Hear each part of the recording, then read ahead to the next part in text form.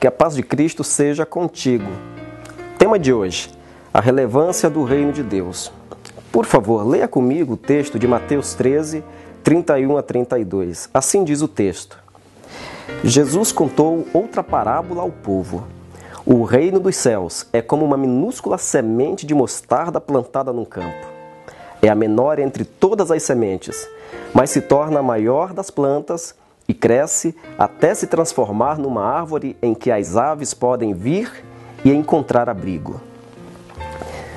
Quase todo o capítulo 13 de Mateus é composto por parábolas. Somente nos últimos 6 versículos é que não há narração de parábolas. O que é uma parábola? É uma história ilustrativa. Sempre há uma lição por trás de uma parábola. Nesse momento, vamos falar da parábola do grão de mostarda. Aqui podemos perceber 2 importantes lições e nelas focaremos nossas atenções a partir de agora. Bom, primeira lição: o reino de Deus parece insignificante. Um simples grão de mostarda parece insignificante.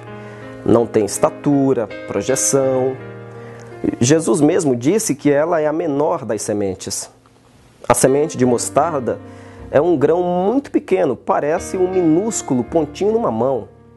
É uma semente anônima, é até mesmo difícil de enxergá-la. Em relação ao seu tamanho, havia até um ditado na Palestina que dizia: pequeno como um grão de mostarda.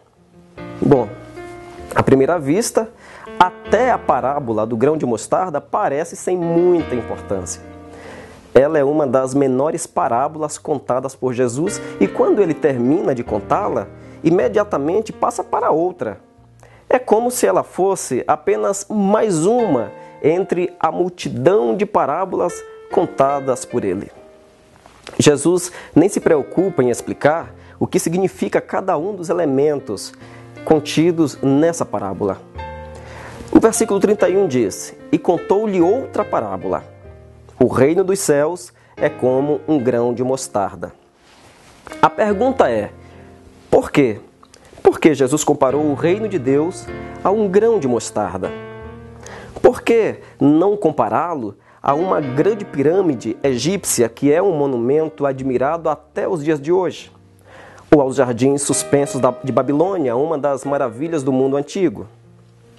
Por que Cristo não comparou o reino de Deus com as portas de Jerusalém ou com o templo de Salomão? Porque justamente com uma semente de mostarda. Ora, porque o reino de Deus parece de fato insignificante. Ele parece insignificante porque é simples. Isso mesmo, o reino de Deus é simples. Cristo pregou a simplicidade. Ele disse: sejam simples como as pombas. Mesmo sendo Deus, Jesus se portou de maneira humilde perante as pessoas. Por ser simples, ele comia na mesa dos pecadores.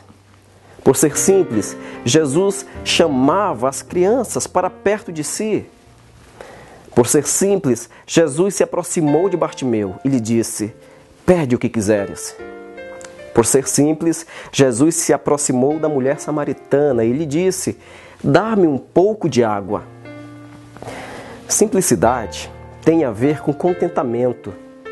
Paulo disse em 1 Timóteo, capítulo 6, versículo 6, grande fonte de lucro é a piedade com contentamento. Portanto, seja contente com a simplicidade da vida. Seja satisfeito com o que o Senhor te deu. O insatisfeito nunca encontrará felicidade porque para ele nada é suficiente. Quer sempre mais, muito mais. No reino de Deus, Cristo ensina a amar o que Deus nos deu. O corpo que você tem foi Deus quem te deu. Então ame-o, zele por ele, não torne um objeto, porque ele é templo do Espírito Santo de Deus. Deus te deu uma família, então cuide bem desse tesouro. Agradeça ao Senhor por tudo que Ele fez e faz em seu favor. O reino de Deus parece insignificante, pois não é o dinheiro quem manda nele. O reino está acima do dinheiro, da pompa, da soberba. Eu não preciso adorar a Deus somente numa grande catedral. O Senhor também se manifesta na igreja humilde. Podemos ali sentir a presença de Cristo. O Evangelho opera na simplicidade de corações humildes. Se sou súdito do reino de Deus, posso ter acesso aos conhecimentos universitários, posso ler livros profundos, posso estar na melhor universidade da cidade. Contudo, jamais poderei me deixar iludir por nada disso. Posso chegar a um mestrado e doutorado sem menosprezar a voz de Deus na boca de um leigo. As perguntas que não querem calar são: o reino de Deus parece insignificante para você? A igreja ainda tem sentido na sua vida? Deus ainda manda na sua casa? Você ainda se contenta em servi-lo? Ainda há humildade em seu coração? Reflita, pense nisso. Segunda lição da parábola: o reino de Deus não é insignificante.